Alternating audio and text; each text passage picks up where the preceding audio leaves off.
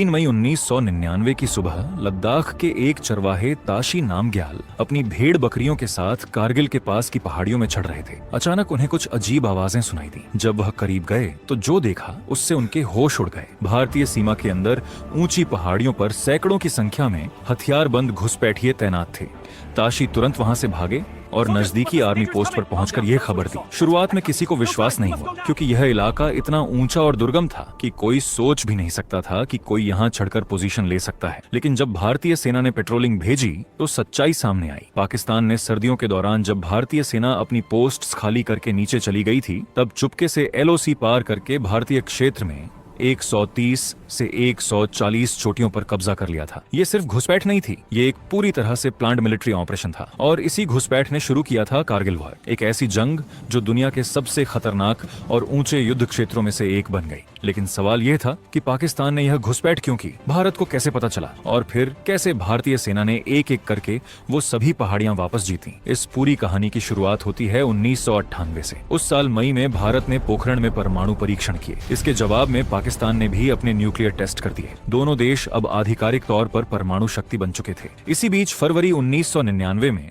भारत के प्रधानमंत्री अटल बिहारी वाजपेयी ने पाकिस्तान के साथ रिश्ते सुधारने के लिए एक ऐतिहासिक कदम उठाया। वह दिल्ली से लाहौर बस सेवा की पहली यात्रा पर खुद गए। लाहौर में भारत और पाकिस्तान के बीच शांति के लिए एक घोषणा पत्र पर हस्ताक्षर हुए। पूरी दुनिया को लग रहा था कि अब दोनों देशों के बीच रिश्ते सुधरेंगे। लेकिन उसी वक्त पाकिस्तान की सेना अपने चीफ जनरल परवेज मुशर्रफ की अगुवाई में एक खतरनाक प्लान पर काम कर रही थी। इस ऑपरेशन का नाम था ऑपरेशन बद्र। प्लान बेहद साफ था, कारगिल और द्रास सेक्टर की ऊंची चोटियों पर कब्जा करके श्रीनगर लेह हाईवे को काट देना। यह हाईवे भारत के लिए बेहद अहम था, क्योंकि इसी रास्ते से लद्दाख में तैनात भारतीय सेना को रसद और हथियार पहुंचाए जाते थे। अगर यह रास्ता कट जाता तो भारतीय सेना की सप्लाई लाइन पूरी तरह ठप हो जाती।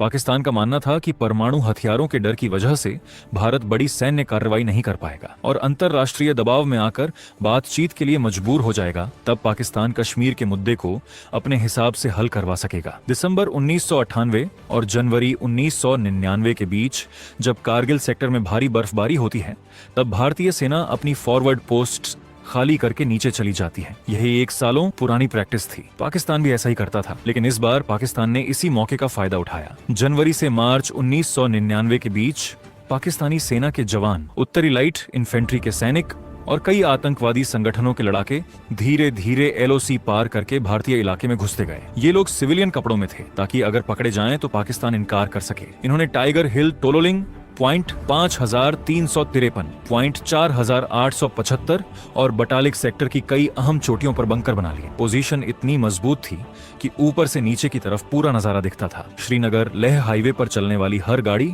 उनकी निगाह में थी। मई के पहले हफ्ते जब भारतीय सेना को इसकी जानकारी मिली तो सबसे पहले लगा कि यह कुछ घुसपैठिए होंगे। लेकिन जब पेट्रोलिंग टीमें गईं और उन पर भारी फायरिंग हुई तो साफ हो गया कि यह कोई छोटा ऑपरेशन नहीं है। भारतीय सेना के कैप्टन सौरभ कालिया की टीम को पाकिस्तानी सैनिकों ने पकड़ लिया। उनके साथ बर्बरता की गई, टॉर्चर किया गया और फिर मार दिया गया। जब उनकी बॉडी वापस मिली तो पूरे देश में गुस्सा फैल गया। यह घटना भारतीय सेना के लिए एक वेकअप कॉल थी। अब साफ था कि पाकिस्तान ने शांति की बातचीत के बीच में ही पीठ में छुरा घोंप दिया है।